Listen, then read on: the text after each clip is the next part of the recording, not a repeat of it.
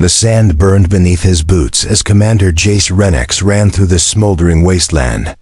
Explosions shook the horizon while smoke poured into the alien sky. His visor flickered with incoming signals, but his focus stayed sharp. The ground was shaking with thunder from plasma artillery hidden in the mountains. He was supposed to lead a simple recovery mission on Grovek 9. No hostiles, no complications. But the moment his team landed, the desert lit up like a war zone. Something had gone terribly wrong. They were not the only ones on this planet. Screams echoed over the coms. One of his men went silent mid-transmission. Another begged for backup before vanishing in static. Jace gritted his teeth and pushed forward. He had to find survivors. He had to find answers. A wounded soldier stumbled from the smoke ahead, his armor blackened and cracked. Jace caught him before he fell, pulling him behind a shattered boulder. The man's voice trembled as he spoke about enemy fire, unknown species, and something strange buried in the sand. Jace's heart pounded harder. He raised his rifle and sprinted toward the blast zone. The mission was falling apart. But something inside told him this was more than a battle. Something was hidden here. Something worth killing for. The terrain split into a shallow crater, filled with ruined tech and charred alien wreckage. But in the center was something different, something small, something moving. Jace dropped to one knee and raised his weapon cautiously. It was a child, not human, tiny, fragile, trembling. She had long green hair that shimmered with dust, big, tearful eyes, and golden ornaments around her wrists and head. Her dress was royal, stitched with a pattern that glowed faintly in the dark. She wasn't just a refugee. She was important, maybe royalty, maybe sacred. Whatever she was, she had no business being in the middle of a battlefield. Jace lowered his weapon slowly and reached for her gently. She flinched, eyes wide with fear. Her lips moved, but no sound came out. Her small fingers clutched the folds of her dress, as if that could protect her. Jace looked around. The artillery fire was getting closer. He didn't have time to think. Another explosion sent a shockwave across the sand. Jace shielded her with his body as debris rained down. Shards of alien steel clanged off his armor. The girl screamed. Then, something behind them growled. Jace turned fast. A massive insect-like creature was crawling out of the burning wreckage. Its armor was thick, its claws crackling with plasma. It wasn't just here to kill. It was hunting. He grabbed the girl, held her tight against his chest, and ran. His boots kicked up dust and blood. Behind them, the alien monster roared and charged. He had no time to fight. His mission had changed. He wasn't here to win a battle. He was here to keep her alive. He ducked behind a fallen transport, heart pounding, sweat dripping from his brow. The girl clung to him, trembling like a leaf. Her eyes never left his face. They were filled with a silent question he couldn't answer. He peeked out and fired a burst from his rifle, forcing the beast to take cover. He had one chance. If he could reach the rocky ridge to the east, he might lose it in the narrow canyons. But carrying her would slow him down. Still, he refused to let go. The girl whispered something in her alien language. It sounded like music, soft and broken. She touched his chest lightly, and something glowed in her palm. His HUD blinked strangely as if reading a strange signal from her touch. He didn't understand it, but he felt warmth spread through his body. A calm, focused strength took over. Whatever she was, she had power.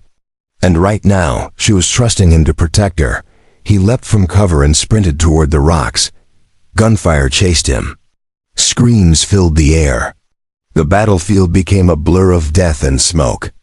But all Jace could see was the girl in his arms and the beast behind them that refused to stop. Each step became heavier. His ammo was nearly gone. The cliffs were still far. But giving up wasn't an option. The child in his arms looked up again, her eyes glowing faintly with that same golden shimmer. And for the first time in hours, Jace didn't feel like a soldier following orders. He felt like a guardian carrying the last hope of something precious through hell. Jace's legs ached as he reached the edge of the rocky cliffs. Sand clung to his armor. The alien child still held tightly to his neck. He ducked behind a broken stone pillar, listening to the creature's heavy movements in the distance. The alien beast was sniffing, searching for them. It dragged something metal along the ground, making a sharp scraping sound. Jace pulled the girl closer and whispered softly. She didn't answer, but her tiny hand reached for his chest again. He watched her carefully. Her golden bracelet glowed, slightly just like before. The strange energy from it seemed to calm his shaking muscles. He didn't know how or why, but her presence was keeping him strong. A shadow passed overhead. Jace looked up and spotted 2 enemy drones circling the area. He cursed under his breath. If they found him, they would call reinforcements. He couldn't let that happen. He needed to keep moving. The cliffs narrowed into a winding path. It was steep, but it offered cover. Holding the child firmly, Jace climbed over jagged stones. His grip was firm, his breath heavy. Every sound behind him made his heart beat faster. The girl didn't cry. She watched him with wide eyes, silent and still. Jace wondered if she even understood what was happening. Her face was innocent, but her gaze was deep, as if she carried ancient knowledge in her tiny soul. Halfway through the rocky pass, he heard the screech of metal again. The beast had entered the cliffs. It was slower now, cautious. Jace quickened his pace. One wrong step could kill them both. He had to trust his instincts. The girl raised her hand and pointed forward. Jace followed her gaze. There, nestled between 2 sharp peaks, was the burnt shell of an old escape pod. Its hatch was missing, but the interior looked untouched. He rushed toward it and slipped inside. The air smelled like melted wires and old blood. He sat the child down on a padded seat and secured the broken hatch as best as he could. Outside, the creature's steps grew louder. Jace took out a small explosive charge from his belt. It was his last. He placed it near the cliffside opening. If the beast entered, he would bring the rocks down. It was risky. If the plan failed, there would be no second chance. He returned to the girl and knelt beside her. Her lips were blue from cold. He removed his armored jacket and wrapped it around her shoulders. She flinched at first, then leaned into him with a soft sigh. "You're going to be okay," he said, unsure if she understood. She blinked slowly, then lifted her hand again. This time, her fingers touched his temple gently. A strange warmth entered his mind like a whisper. He gasped. For a second, he saw flashes of images. A royal court.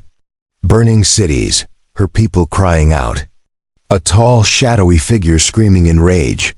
She wasn't just any child. She was the daughter of someone powerful. The door creaked. The creature was near. Its growl echoed through the canyon walls. Jace moved fast. He pulled the girl behind a metal panel and aimed his rifle toward the charge. The moment the beast entered, he'd trigger.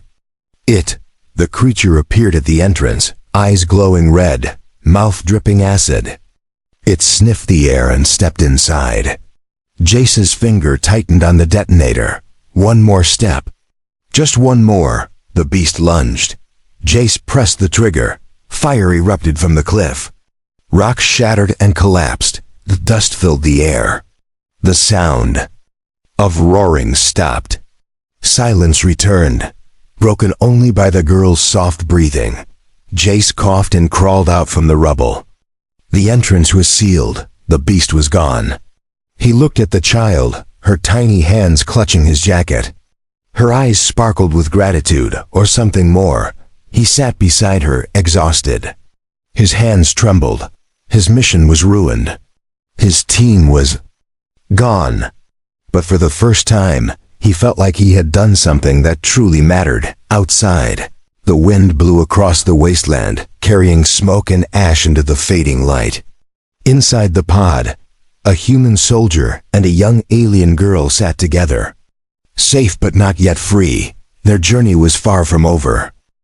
The air inside the escape pod was thick with heat and dust. Jace wiped his brow with the back of his glove and checked his gear. The charge had collapsed the entry point, but it wouldn't stop others from tracking them. The alien girl was curled up beside the seat, still wrapped in his jacket. Her breathing had slowed, but she didn't speak. Jace wanted to comfort her, to say something that could make the fear go away, but no words felt right.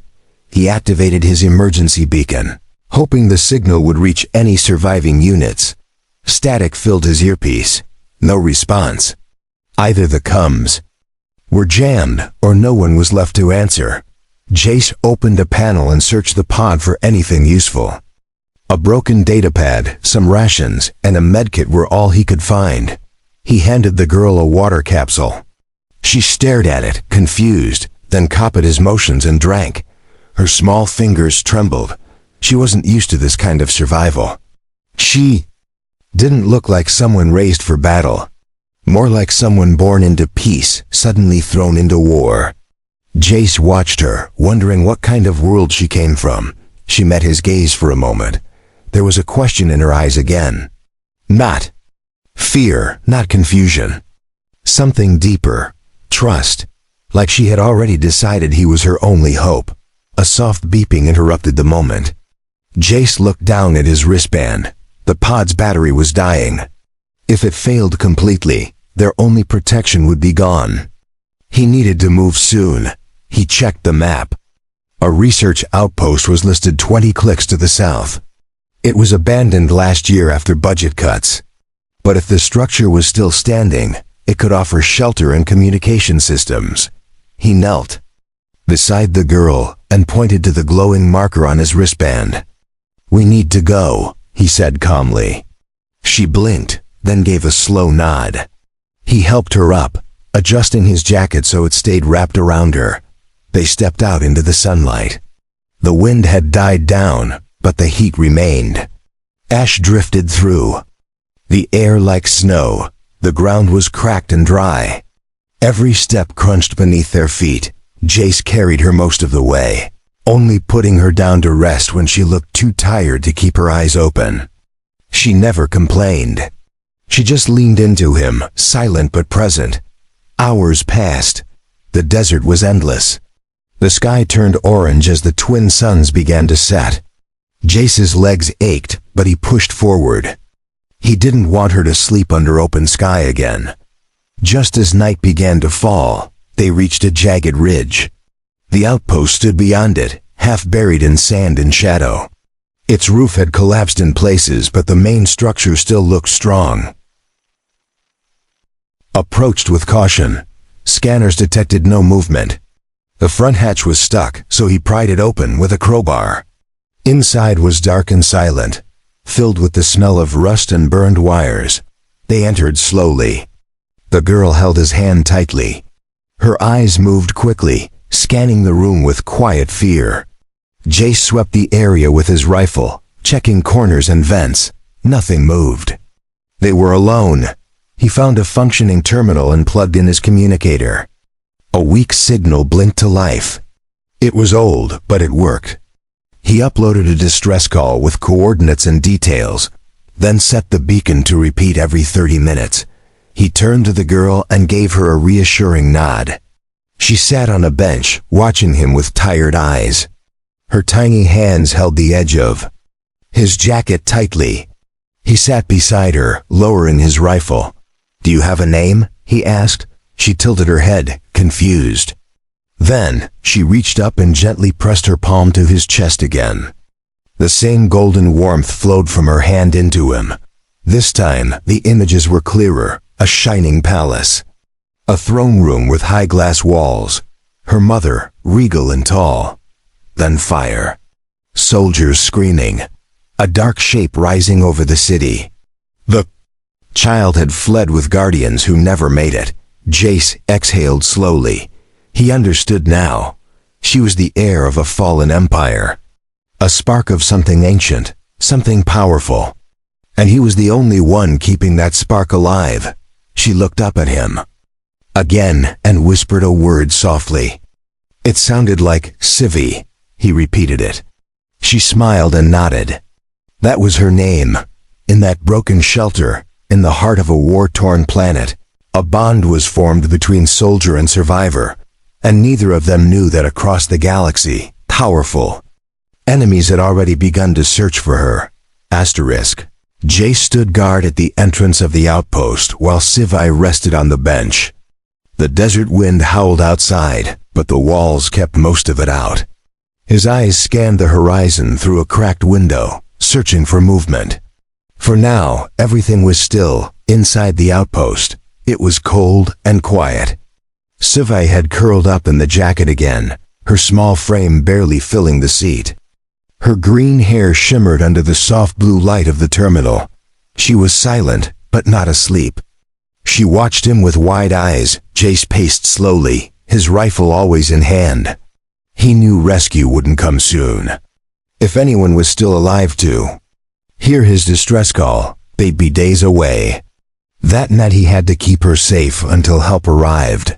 No matter what came through those hills, he checked the storage crates in the back rooms. Most were empty, but one had sealed meal packs and clean water capsules. It wasn't much, but it would last them a few days. He brought some to Civi and placed them beside her. She opened a packet with shaky hands, mimicking the way he ate. Her small fingers struggled with the seal until Jace helped her. She smiled faintly in thanks, the first smile he had seen from her since the battlefield. They ate in silence. The lights flickered once, making the shadows shift across the room. Jace kept his ears open, listening for trouble. He didn't trust the silence. It was too thick, too perfect. Civi suddenly looked up and pointed at the door. Her lips moved quickly, and her voice trembled. Jace stood fast and rushed to the entrance. He peered out with his rifle raised, body tense. At first he saw nothing, then he spotted it. A distant shimmer moving against the hills. Not a beast. Not a drone. It was a patrol unit, marked with red flares on its shoulders. Enemy scouts. And they were heading toward the outpost. He slammed the hatch shut and bolted it. They had minutes at most. He turned to Civi, who stood up without being told. Her hands were glowing again. Not bright, but steady. Jace knew she felt the danger too. He checked his ammo and cursed under his breath. Not enough rounds for a fight, no backup, no support. Just him, a child, and a dying shelter in the middle of a burning world. He took a breath and focused. Civi touched his arm and whispered something again. The warmth filled him once more, this time stronger. His vision cleared. His heartbeat steadied. His mind sharpened like a blade. They moved to the second floor, a narrow space with better cover. Jace placed her behind an old console and aimed his rifle at the staircase. He didn't speak. There was nothing left to say. The first enemy entered. Moments later, a tall, armored figure with glowing eyes scanned the room. Jace waited until the scout stepped into range, then fired a clean shot to the helmet. The enemy dropped without a sound. More footsteps followed. Jace moved to a better angle and fired again, another down. But there were more coming, too many for one man to hold off forever. Still, he didn't back down. A loud bang shook the walls as a larger brute forced its way inside. Jace fired 3 rounds into its chest, but it kept moving. Civi cried out softly, her voice echoing across the room like a bell. Suddenly, a wave of golden light burst from her hands. It hit the brute and froze it mid-step. The creature let out a broken roar, then collapsed. Jace stared in disbelief, then looked at her. She was breathing heavily, but still standing. She had powers, real ones, not tricks or illusions. She wasn't just royalty, she was something more. A key, a weapon, a miracle. And the enemy wanted her for that reason. Jace moved fast, dragging the shelf to block the stairs. "We can't stay," he said firmly. She nodded again, this time with understanding. The battle wasn't over. It had just begun. He packed supplies in his bag and lifted Sivy in his arms. Her body was warm, her fingers curled around his collar. Together, they exited through the rear tunnel, vanishing into the night beyond the hills, and as the enemy began searching the ruins, they left behind only shadows and scorched walls. Jace held Siva close as they moved through the narrow tunnel beneath the outpost. The air was thick with dust, and the walls trembled with distant echoes. Every step forward felt like moving deeper into forgotten ground. The tunnel eventually opened into a wide cavern filled with old mining equipment. Most of it was broken, rusted, and covered in sand. But the space gave them distance from the scouts who had stormed the outpost. Jace laid Sivy down gently beside a rock outcrop. She looked pale and tired, the golden light in her hands no longer glowing. She had used too much energy. He needed to give her time to rest. He searched the area, keeping his rifle ready. The scanner on his wrist showed multiple life forms approaching from behind. They had maybe 30 minutes before the enemy caught up again. In the corner of the cavern stood an old transport sled. It looked ancient, but its power unit blinked green. Jace checked the controls and felt a small flicker of hope. If it could carry them even halfway to the nearest canyon, they had a chance. He lifted Sivy onto the sled and wrapped her in a blanket from his pack. She didn't protest. Her eyes remained half closed, her breathing soft and steady. He started the engine, and the sled floated gently off the ground. The machine was slow, but it moved. Jace steered through broken pillars and sharp turns, guiding them deeper into the cave system. He avoided wide paths and kept to the shadows, trusting the rock to hide them. As they traveled, he noticed something strange. The walls of the cave began to glow faintly. Patterns shimmered under the dust symbols, lines, markings that pulsed with dim light as they passed. Sivy stirred and looked up weakly. Her eyes widened when she saw the markings. She reached out and touched one of the glowing symbols as they drifted by. The light responded, pulsing brighter. Jace slowed the sled and watched. The entire wall began to shimmer. A hidden doorway slowly slid open with a deep hum. He looked at her. She nodded slowly, confirming what he had just witnessed. They entered a hidden chamber, unlike anything Jace had seen. The walls were lined with crystal panels, and in the center stood a stone pedestal with a sphere floating above it. The sphere rotated slowly, glowing gold and blue. Sivy stepped off the sled, her legs shaky. She approached the sphere without fear. Jace followed closely, rifle ready, though the chamber felt peaceful. No danger, only silence and energy. Sivy placed both hands on the sphere. Light surged around her. The markings on the walls shifted, moving like water. A voice spoke in a language Jace couldn't understand, but it echoed with power. The chamber reacted to her presence. Images flashed across the walls, maps, stars, cities in the clouds. Jace stared in awe. This wasn't just an ancient place. It was a memory bank, a hidden archive of her people. Sivy turned to him and touched her forehead to his. More visions came, her homeworld before the war, her training, her fall, the final message from her mother. Jace felt the weight of it. All, he understood now. Sivy wasn't just royalty. She was the last of the chosen line. This chamber was meant for her. It held the key to rebuilding what her enemies had tried to erase. Suddenly, the ground above shook. Dust fell from the ceiling. The enemy had reached the tunnels. Jace pulled Sivy back from the sphere. The light faded, and the chamber grew still. Once more, they had what they needed. The knowledge, the message, the map, but they couldn't stay. Not now. Jace led her back to the sled and turned it toward the far passage that opened behind the pedestal. They slipped through just as a loud Explosion cracked through the wall behind them. Light from the enemy torches spilled into the archive, but Jace didn't look back. The passage narrowed and twisted. The sled moved faster now, powered by a burst of energy from the sphere. Sci-fi held onto his arm, her strength slowly returning. They emerged on the other side of the canyon as the first light of dawn broke over the jagged horizon. Smoke still rose from the old battlefield far behind them, but ahead lay a new road, and Sci-fi's true journey had only just begun. The sun rose over the cliffs, casting a soft golden light on the dry earth. Jace guided the hover sled through narrow canyon trails, avoiding wide-open spaces. His eyes scanned the sky for drones. None were in sight yet. Sci-fi sat beside him, watching the land pass with a quiet gaze. Her color had returned slightly. The warmth in her touch had returned. 2. Her strength wasn't fully back, but the fear in her eyes had begun to fade.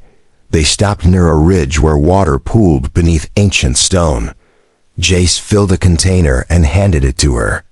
She sipped slowly, then looked up and whispered his name. It was the first time she had said it aloud. Jace blinked, surprised. The way she spoke it was soft, careful but clear. Hearing his name from her voice made the harsh world feel a little less cold. He smiled, and she smiled back for the second time. They sat in silence for a while. The desert stretched out ahead of them, quiet and endless. But the peace was fragile. Jace knew it wouldn't last. The enemy had already tasted her trail. They would keep coming until she was captured or dead. He checked the sphere-shaped device. They had taken from the hidden chamber. It floated gently above his palm, glowing with pulsing patterns.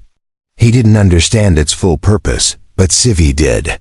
She watched it like it was alive. She tapped it lightly, and the light shifted.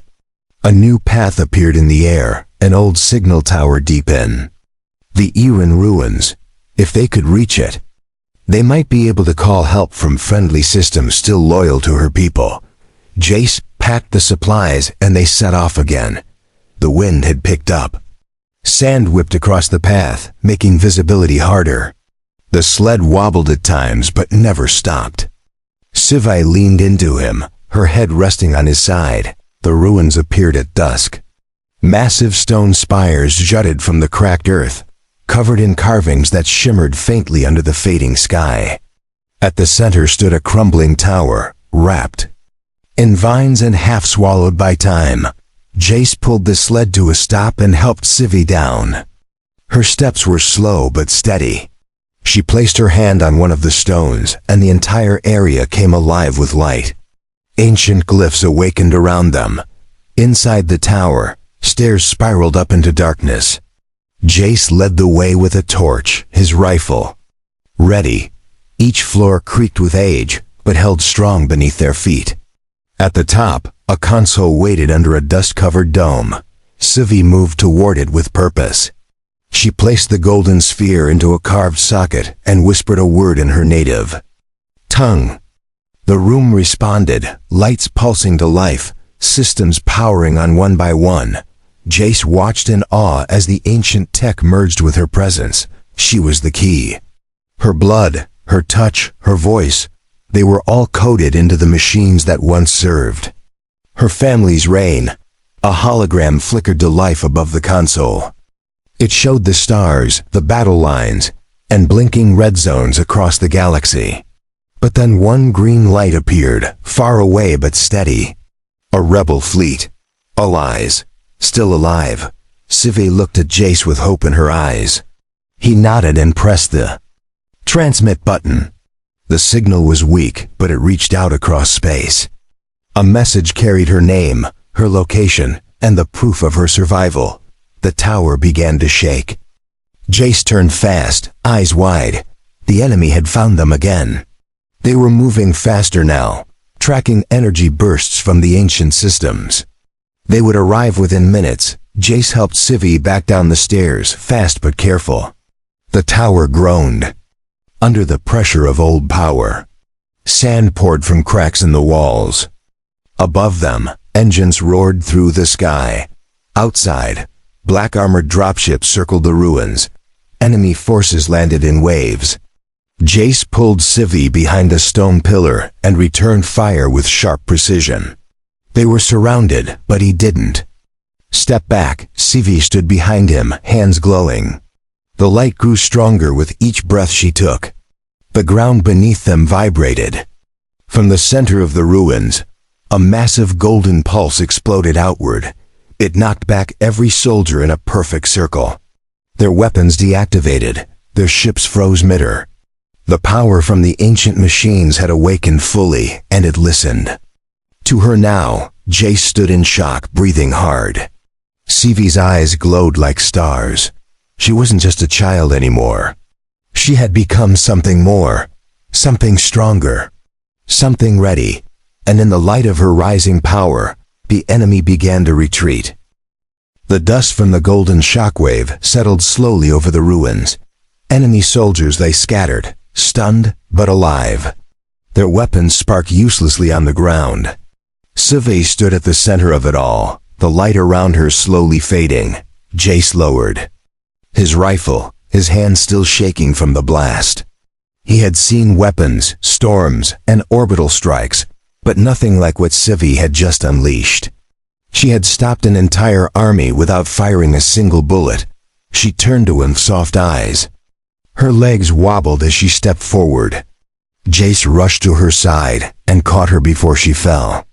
Her body was cold, but not lifeless.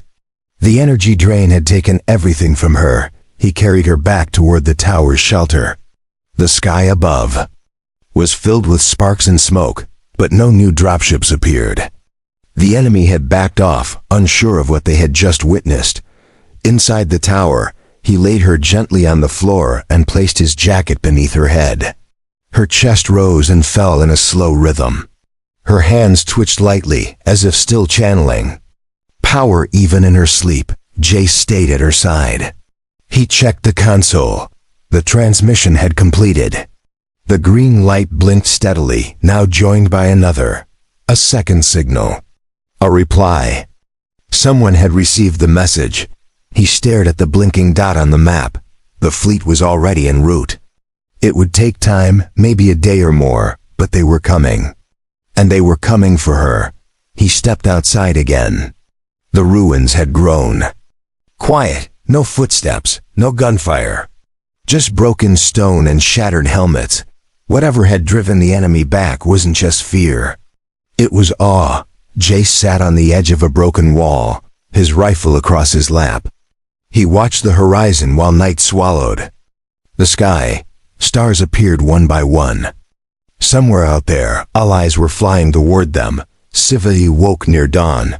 Her voice was weak, barely louder than the wind. Jace helped her sit up and gave her water. She smiled faintly and leaned into his side.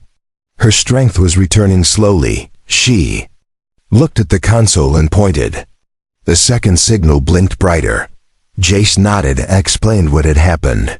She understood enough to smile again, this time with relief. The day passed quietly. No enemy came. The land around them remained still, as if held in silence by the memory of what Civi had done.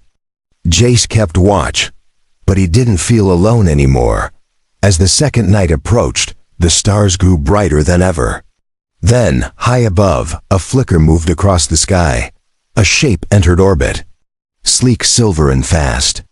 The first ship of the fleet had arrived. Jace woke Civi and helped her to the tower's roof. She stared at the sky, eyes wide, hands clutching his tightly. A tear rolled down her cheek as the ship signaled with blue lights from above. They had come for her. Dropships descended gently into the ruins.